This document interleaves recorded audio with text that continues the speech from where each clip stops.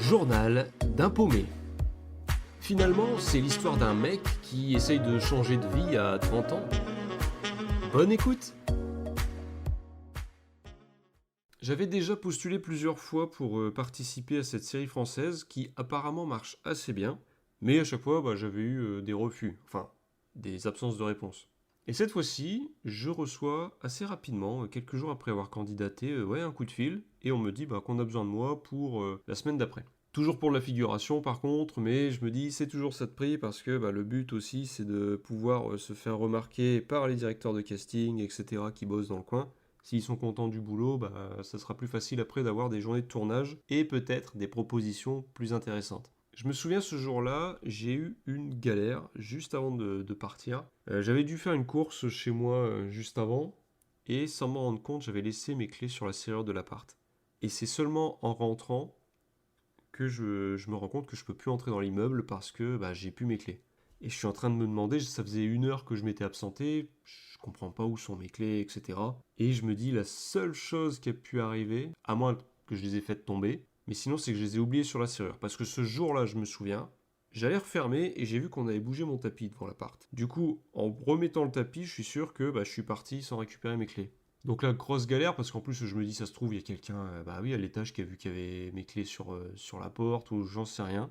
Je commence à sonner un peu au pif au niveau de l'interphone. Heureusement, je tombe sur quelqu'un, j'explique rapidos la situation. La personne m'ouvre, je me grouille, et heureusement, mes clés étaient toujours sur la serrure. Enfin bref, galère juste avant, parce qu'en plus, je devais amener des affaires pour ce tournage-là, quelques chemises, etc. Et tout était à l'appart. Et je me voyais pas non plus partir au tournage en sachant que mes clés étaient peut-être sur la serrure pour le restant de la journée. Sachant que ma femme avait les clés, mais si je devais la rejoindre, j'en avais pour 1 heure. Et dans ce cas-là, ça me mettait en retard pour le tournage. Enfin bon, bref, petit coup de pression, mais tout s'arrange. J'arrive à l'heure avec un peu d'avance sur les lieux du tournage, et comme d'habitude, maintenant, je reconnais certains visages familiers, notamment des personnes qui ont participé au tournage en boîte de nuit que j'évoquais dans un autre épisode. Ça me montre quand même que j'ai intégré d'une certaine manière le réseau. Petit à petit, parce que à partir du moment où je recroise un peu les mêmes personnes, sachant que je suis conscient qu'il y a énormément de candidatures, pour vous dire, j'ai appris que pour la série en question où j'ai participé, il y avait eu en tout 6000 candidatures, ce qui est énorme. Mais le fait de retrouver ces mêmes personnes, ça permet aussi d'écouter un peu où elles en sont dans leur projet. Et c'est vrai qu'on se rend compte que certains sont plus facilement sollicités, etc. Alors ça peut être une source de motivation aussi en se disant, tiens, moi aussi au bout d'un moment, j'espère qu'on fera plus facilement appel à moi. Dans la motivation aussi, j'espère plus souvent être pris pour des tournages où je ne vais pas forcément recroiser ces mêmes visages. Parce que ça voudrait dire que je me suis peut-être plus distingué cette fois-ci. Enfin bon, bref. En fait, lors du HMC, enfin là, c'est uniquement de l'habillage, hein. On n'est pas coiffé, on n'est pas maquillé. On doit montrer un peu les tenues qu'on a amenées. Et je sais pas pourquoi, mais là où je commence à montrer ma chemise et tout, et je m'embrouille dans les couleurs. J'amène une chemise bleue, je fais voilà, j'ai cette chemise marron. Enfin bref, en fait, je sais pas pourquoi. D'un coup, je me suis mis un coup de pression tout seul. Donc je m'embrouille, mais bon, la costumière, ça va, elle, elle calcule pas, et elle me dit ce que je dois mettre. D'ailleurs, en parlant de coiffure, je trouve qu'il y a une galère assez récurrente, c'est au niveau des cheveux. Parce qu'on peut pas avoir les cheveux trop courts, parce que ça peut nous faire vraiment passer à côté de pas mal d'annonces. Il y a régulièrement des annonces où on exige au moins 5 cm de cheveux de longueur sur les côtés. Et en vrai, c'est pas évident en tant qu'homme, forcément d'avoir cette longueur-là sur les côtés. Donc on n'ose pas toujours se couper les cheveux trop courts pour éviter d'être éjecté lorsqu'on candidate. Mais à partir du moment où les cheveux ont une certaine longueur, c'est pas évident de les coiffer, surtout quand on a des épis, et je parle en connaissance de cause, et qu'on nous prévient en plus qu'on n'a pas le droit de venir avec du gel dans les cheveux, même pour des figues. Et c'est assez des fois frustrant parce que du coup je ne viens sans gel, et au final quand j'arrive sur place, personne ne va être là la plupart du temps pour me coiffer, donc je me retrouve juste avec une tignasse galère à mettre qui part vite dans mes yeux, etc. Enfin bref, c'est pas évident. D'ailleurs, je recroise un copain avec qui j'avais bien sympathisé sur 2 précédents tournages. Et lui, c'est pareil, il a une grosse longueur de cheveux parce qu'il a un tournage là en juillet, je crois. Fin juin, début juillet. Et on lui a dit, il faut pas toucher à tes cheveux d'ici là. Donc c'est un peu galère parce que tout ça, ça va être pour une seule journée de tournage. Et en attendant, toutes les candidatures qu'il fait, il est obligé de garder cette longueur de cheveux. Ce qui est pas évident parce que des fois, à contrario, on veut des cheveux plus courts. Enfin bref, on nous emmène sur le lieu de tournage, c'est un bar qui a été reconstitué, c'est vraiment bien fait. Et à un moment, il y a la directrice de casting qui se pointe et qui dit j'ai besoin de 10 volontaires. Sauf que bah, c'est les 10 figurants qui étaient près d'elle qui s'avancent, et moi avec mon pote, on était assez loin.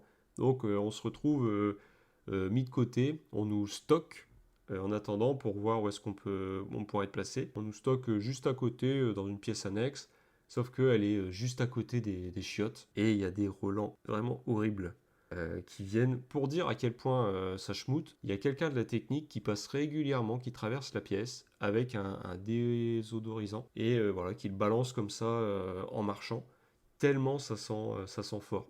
Il y a certains techniciens qui sont là aussi et ça les dérange bien sûr. On est sur une scène d'enquête, hein, une filature qui a lieu dans ce bar. Il y a plusieurs fois bah, la même scène qui est reprise, hein, et à un moment on nous appelle, figurant restant sur le côté, à être directement sur le plateau de tournage, enfin là où la scène est filmée, au cas où, là pour les prochains placements qui vont être faits. Et je remarque qu'il y a certains plans qui sont faits et en fait bah, il y a des actions où la caméra a besoin de zoomer sur les mains des acteurs. C'est assez rigolo parce que je trouve qu'il y a une bonne ambiance sur le tournage. Il y a notamment les acteurs entre eux qui se font des grimaces. Dès qu'ils sont hors cadre, ils font quelques grimaces à leur pote qui est en train de jouer et qui est en plein dans le cadre, bien sûr. Et ouais, je trouve que c'est bon enfant, c'est cool.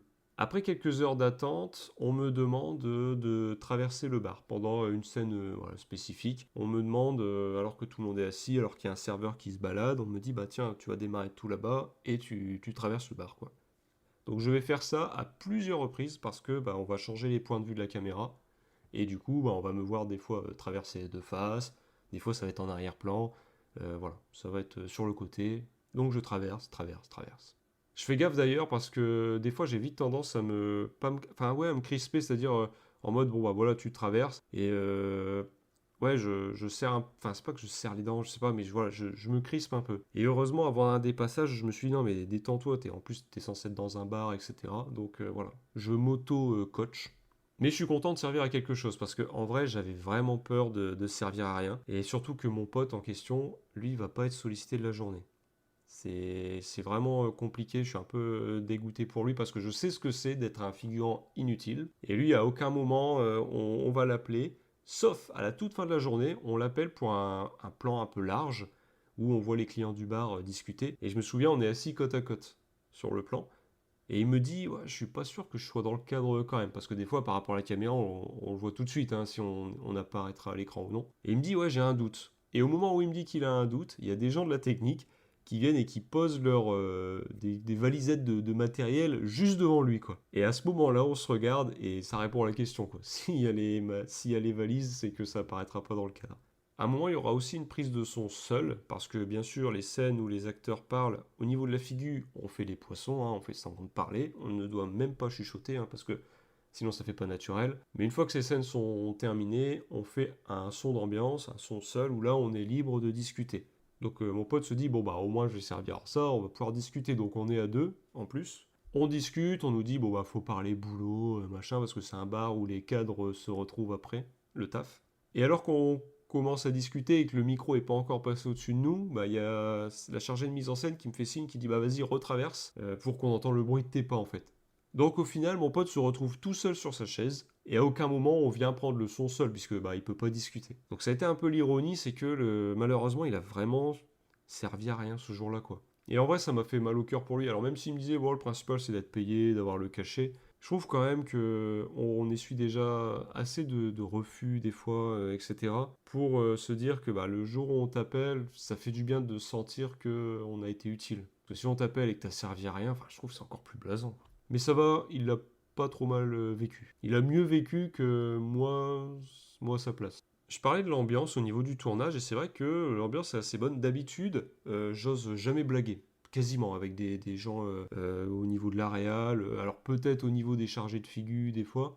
Mais là, il y a un gars, je crois qu'il est chargé du décor, très vite assez sympa avec moi, il me place parce que selon la lumière, quand je traverse, bah, il faut pas que je passe devant certains spots. Et très vite sympa, et à un moment, je me souviens, je fais mon premier passage où je traverse le bar. Donc après, ils disent couper, allez, on se replace, on va la retourner. Et je reviens et le gars, il me fait waouh, super ton passage, intense et tout. Enfin voilà, c'est pour se marrer. Donc moi, ça me fait rire. Mais sur le coup, bon, j'ose pas trop blaguer. Parce qu'en fait, j'ai déjà eu plusieurs retours, des témoignages où il y a des figurants qui se permettent de blaguer avec des gens, avec le réal, avec des acteurs, et du coup ils se font virer quoi. Il y a pas, enfin, comme en plus on signe des contrats à la journée, rien n'oblige l'équipe de casting, la réalisation à nous reprendre le lendemain. Même si on me dit, ok, on te prend pour 10 jours de tournage, je signe pas un contrat de 10 jours, je vais signer 10 contrats d'une journée à chaque fois. Alors ça peut paraître un peu dur, mais juste des fois tu es obligé d'avoir cette rigueur dans le sens où un réalisateur peut pas être dérangé par tout le monde. C'est pour ça d'ailleurs qu'il y a des assistants de réal. Et pareil pour les comédiens, le souci c'est que il faut être assez professionnel dans le sens où le comédien il vient, l'acteur il fait son métier et il y a un temps pour tout. Un temps pour venir lui parler. Même si nous on le connaît, lui ne nous connaît pas. Et voilà, c'est déjà quelqu'un, je pense, qui est assez sollicité au niveau de sa vie de tous les jours. Lorsqu'il vient pour travailler et qu'il y a en plein tournage, on vient lui demander une photo ou on vient taper discute avec, c'est un peu délicat. Donc voilà, même si ça, je comprends, en vrai ça paraît super strict et c'est pour ça que pendant les tournages par exemple, j'ose pas blaguer avec les comédiens ou quoi que ce soit. Je me dis, je viens, je fais mon taf et point barre. Mais là, avec le gars de la technique qui me dit oh, super ton passage, machin, en rigolant bien sûr parce que je fais que traverser le bar, à un moment je me permets, au bout d'un autre passage, je me retrouve encore derrière lui. Et pour rigoler, je lui dis ouais, voilà, tu vois, j'ai un peu ralenti au niveau émotion, je trouve que c'était un peu trop fort et tout. Et ça le fait rire, mais voilà. Et même, je me souviens, au moment où je fais cette blague-là, je me dis ouf, j'espère que je me suis pas mal fait remarquer. Parce que moi, bon, voilà, c'était juste pour blaguer un peu avec, quoi. Mais bref. Voilà pour ce tournage, qui en vrai était assez sympa, mais vraiment, si j'avais été à la place de mon pote, que j'avais servi à rien, je sais que ça m'aurait bien blasé. Vraiment. J'espère que pour son prochain tournage, notamment où il va être un marin, il sera beaucoup plus utile. C'est tout pour cet épisode. Journal d'un paumé, raconté par le paumé en question.